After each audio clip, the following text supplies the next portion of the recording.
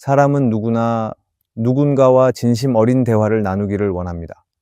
마음속 깊은 이야기를 털어놓을 수 있는 상대가 있을 때 우리는 위로를 얻고 힘을 얻습니다. 그런데 하나님과의 대화는 사람과의 대화와는 비교할 수 없는 차이를 만들어냅니다. 하나님은 우리의 모든 것을 아시고 우리의 속마음을 다 이해하시며 우리가 드리는 한마디 기도까지 귀하게 들으십니다.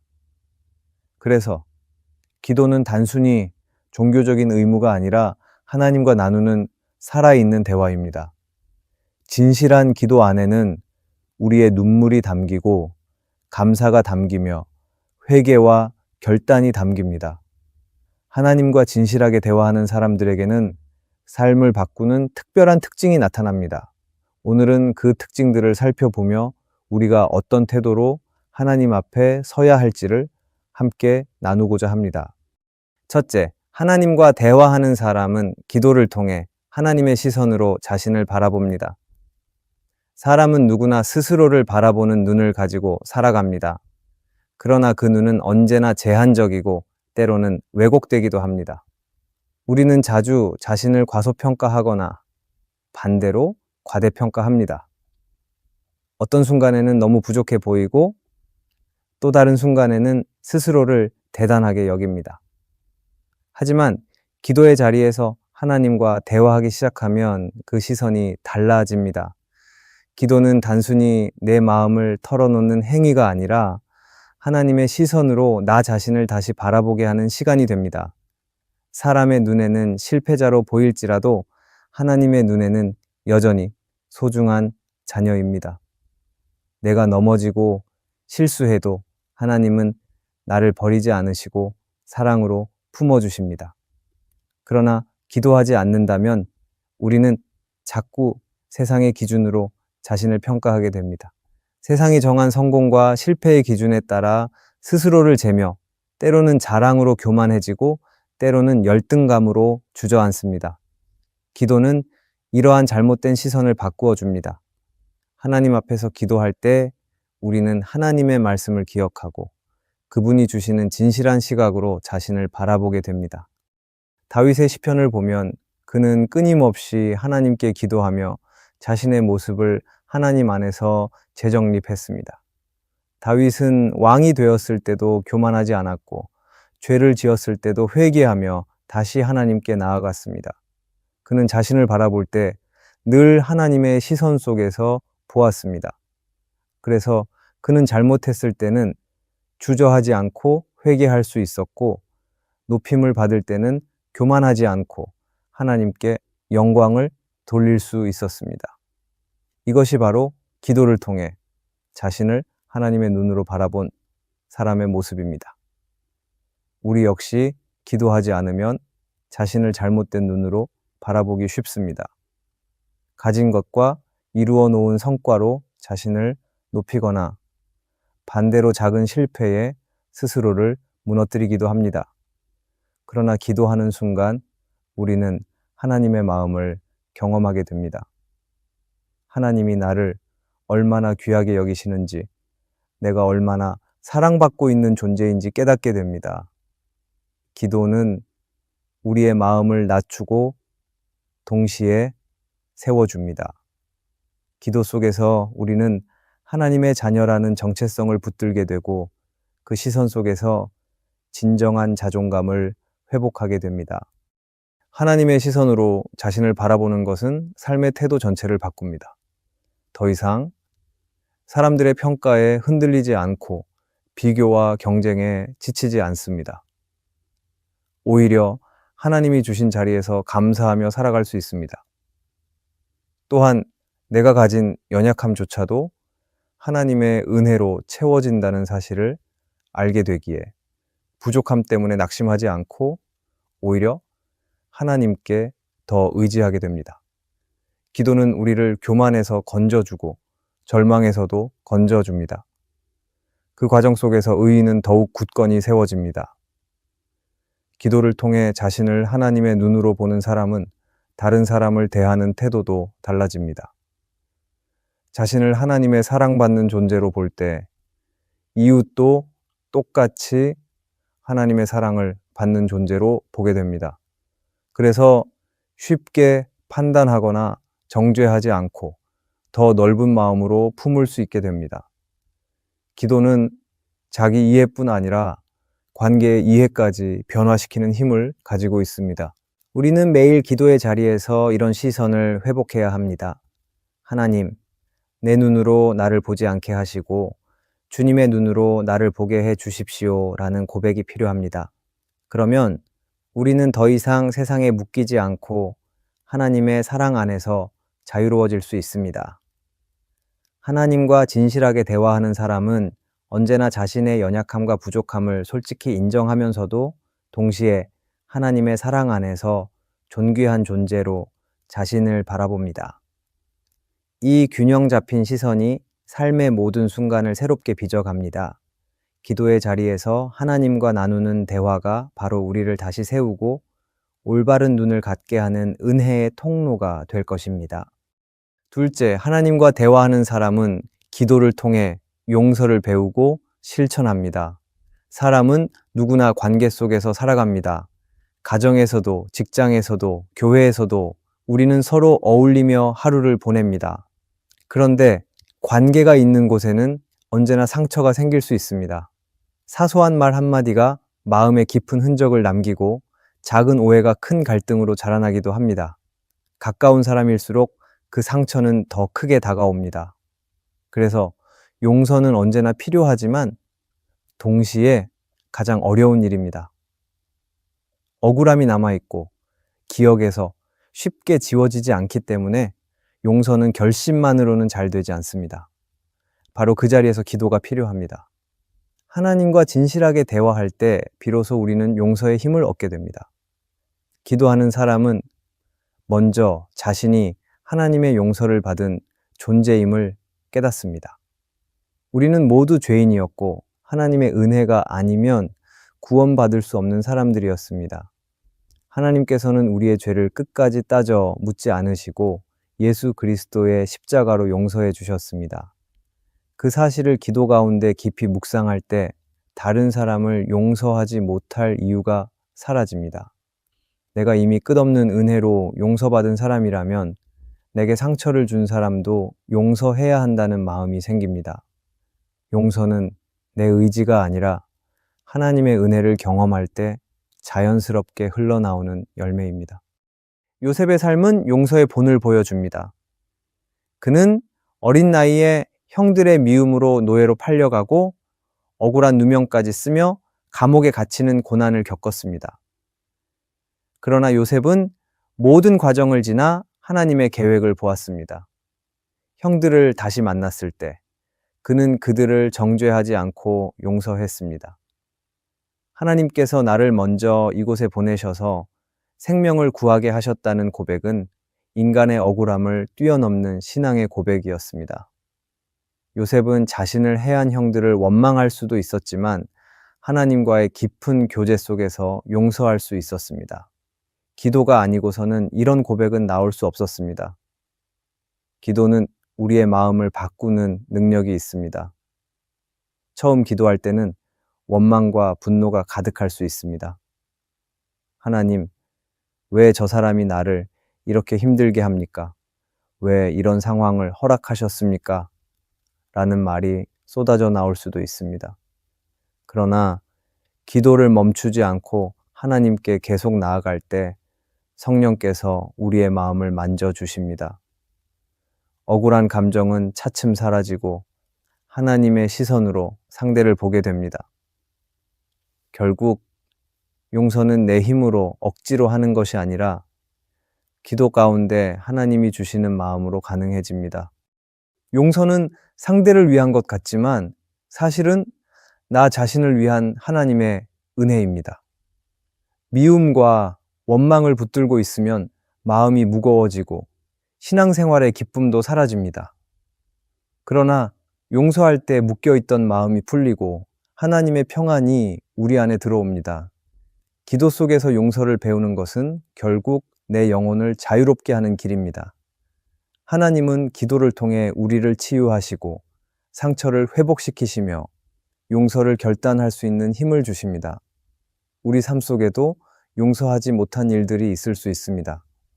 오래전 상처가 여전히 아물지 않고 남아 있거나 가까운 사람의 말과 행동이 마음에 깊이 남아 있을 수 있습니다. 그러나 하나님과 대화하는 사람은 그 상처를 혼자 품고 있지 않습니다. 그는 기도 속에서 솔직하게 고백합니다. 주님, 제 힘으로는 도저히 용서할 수 없지만 하나님의 은혜로 용서하게 해주십시오. 이 고백이 하나님께 상달될 때 성령은 우리의 마음을 만져주시고 불가능해 보이던 용서가 가능한 길로 열립니다.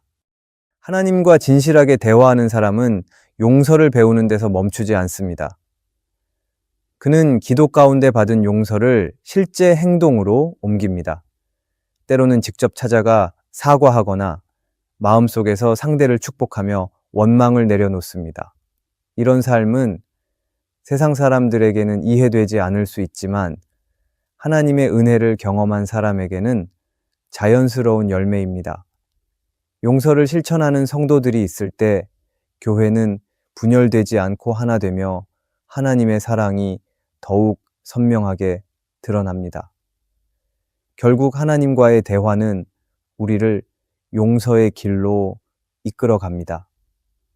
하나님은 기도를 통해 우리가 먼저 받은 은혜를 깨닫게 하시고 그 은혜를 나누며 살아가도록 인도하십니다.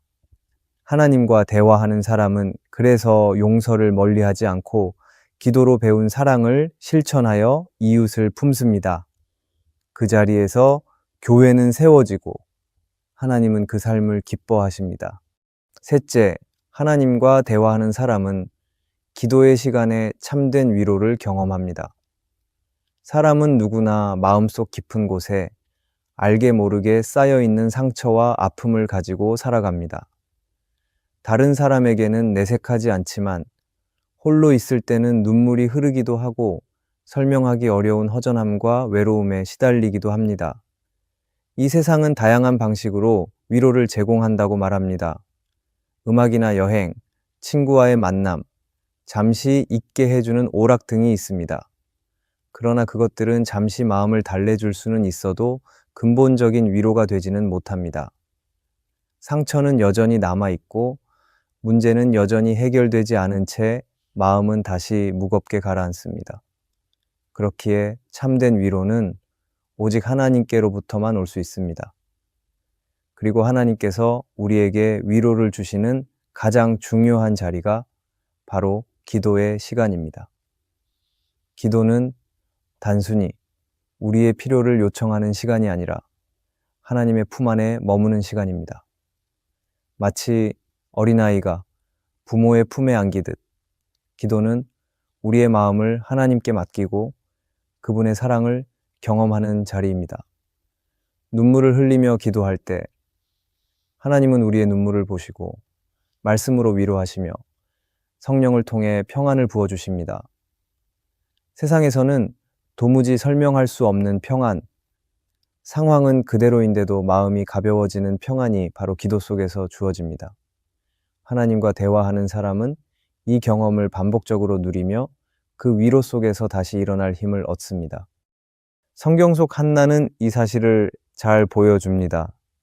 그는 자녀가 없어 깊은 아픔을 가지고 있었고 사람들의 비난까지 들어야 했습니다.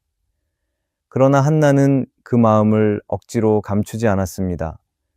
눈물을 흘리며 하나님께 기도했고 그 과정 속에서 하나님의 위로를 경험했습니다.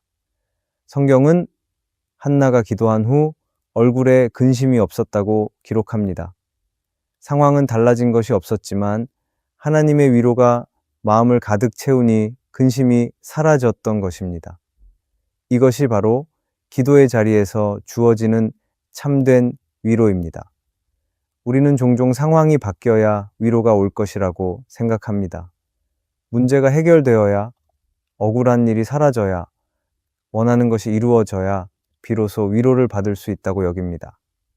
그러나 하나님과 대화하는 사람은 상황이 바뀌지 않아도 위로를 받습니다. 왜냐하면 위로는 환경에서 오는 것이 아니라 하나님과의 만남에서 오기 때문입니다. 기도의 시간에 주시는 성령의 평안은 상황을 초월합니다. 그렇게 하나님과 대화하는 사람은 어떤 어려움 속에서도 무너지지 않고 다시 일어설 수 있는 힘을 얻게 됩니다. 참된 위로는 단순히 마음을 달래는 것에 그치지 않습니다. 위로를 받은 사람은 다른 사람을 위로할 수 있습니다. 기도를 통해 하나님의 위로를 경험한 사람은 같은 아픔을 겪는 이웃에게 다가가 진실한 위로를 전합니다. 바울은 고린도후서에서 우리가 환난 중에 받는 위로는 결국 다른 사람을 위로하기 위한 것이라고 말했습니다. 기도 속에서 받은 위로는 나만의 회복으로 끝나지 않고 공동체를 살리고 세우는 은혜가 됩니다. 그래서 하나님과 대화하는 사람은 점점 더 이웃의 아픔에 민감해지고 자신이 받은 위로를 흘려보내는 삶을 살아갑니다. 우리의 일상 속에도 지치고 낙심되는 순간은 자주 찾아옵니다. 사람들의 말에 상처받고 기대와 다른 결과에 실망하며 때로는 이유도 모른 채 마음이 무너질 때가 있습니다. 이때 가장 먼저 해야 할 일은 하나님께 나아가 기도하는 것입니다. 주님, 제 마음이 너무 무겁습니다. 제 영혼을 주님의 평안으로 채워 주십시오라는 고백을 드릴 때 하나님은 분명히 응답하십니다. 성령께서 우리의 마음에 참된 위로를 부어주시고 그 위로가 다시 삶을 살아갈 힘이 됩니다. 하나님과 대화하는 사람은 이 은혜를 알고 있습니다. 그래서 힘든 상황 속에서도 기도의 자리를 떠나지 않고 위로가 필요한 순간마다 하나님께 나아갑니다. 하나님은 그 기도를 외면하지 않으시고 우리가 감당할 수 없는 평안으로 채워주십니다. 기도의 시간에 경험하는 이 참된 위로야말로 세상 어디에서도 얻을 수 없는 하나님의 특별한 선물입니다. 하나님과 대화하는 사람은 이 선물을 날마다 누리며 그 위로로 다시 일어서서 믿음의 길을 걸어가게 됩니다. 넷째, 하나님과 대화하는 사람은 자기의 연약함을 숨기지 않고 고백합니다. 사람은 누구나 강해 보이고 싶어 합니다. 다른 사람에게 약한 모습을 드러내기보다 괜찮은 척하며 살아가는 것이 더 편할 때가 많습니다. 그러나 하나님과의 관계에서는 숨김이 필요하지 않습니다. 하나님은 우리의 모든 생각과 감정을 이미 알고 계시기 때문입니다. 그럼에도 하나님은 우리가 스스로 입술로 연약함을 고백하기를 원하십니다.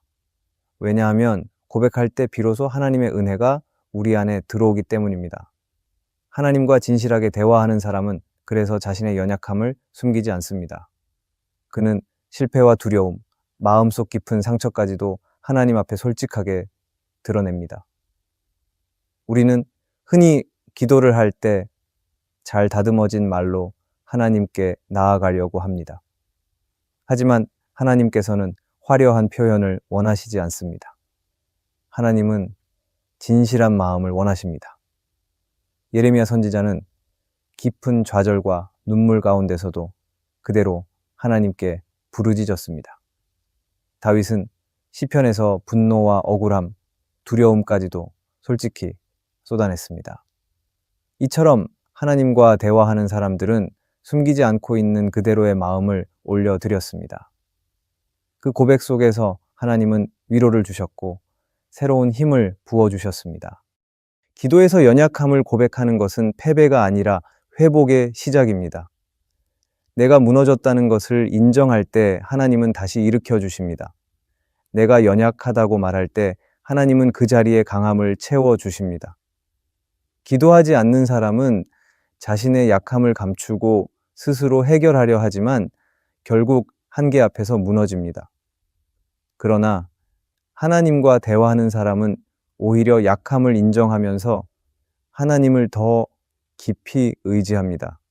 그 결과 그의 삶은 더욱 단단해지고 하나님과의 관계도 더욱 친밀해집니다.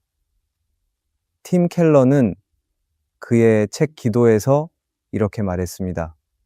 기도는 우리의 무력함을 인정하는 동시에 하나님의 능력을 붙드는 행위다. 이 말은 연약함의 고백이 왜 중요한지를 잘 보여줍니다. 기도 안에서 우리는 내 힘으로 할 수 없음을 인정합니다. 그러나 거기서 끝나지 않고 하나님의 전능하신 손을 붙듭니다. 그래서 연약함을 고백하는 기도는 좌절의 기도가 아니라 믿음의 기도입니다. 하나님께 맡기는 순간부터 우리의 무력함은 하나님의 능력으로 바뀌어 갑니다. 우리의 삶 속에는 여전히 감추고 싶은 부분들이 있습니다.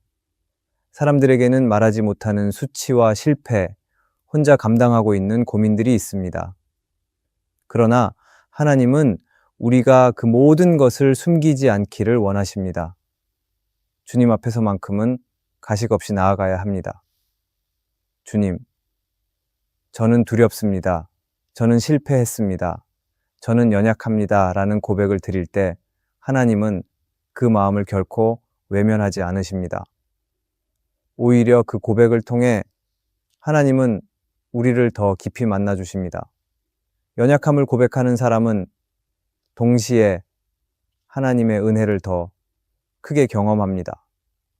내가 스스로 강한 줄 알면 은혜를 구하지 않게 됩니다. 그러나 자신이 약하다는 것을 알면 하나님의 은혜 없이는 살 수 없음을 깨닫게 되고 그 은혜를 더 간절히 붙들게 됩니다. 결국 하나님과 대화하는 사람은 자기의 부족함을 인정할수록 하나님의 은혜로 더 채워집니다. 교회 공동체 안에서도 이 태도는 중요합니다. 내가 약함을 인정하고 고백할 때 다른 사람도 마음을 열고 함께 기도할 수 있습니다. 연약함을 감추고 포장하는 공동체는 깊은 교제가 이루어지지 않지만 서로의 약함을 고백하고 하나님 앞에 함께 나아가는 공동체는 더욱 건강해집니다. 결국 하나님과 대화하는 사람은 연약함을 숨기지 않고 고백합니다. 그 고백은 부끄러운 일이 아니라 하나님의 은혜를 경험하는 길입니다. 하나님은 솔직한 마음을 귀히 여기시고 우리의 눈물과 고백을 통해 우리를 더 강하게 세워주십니다.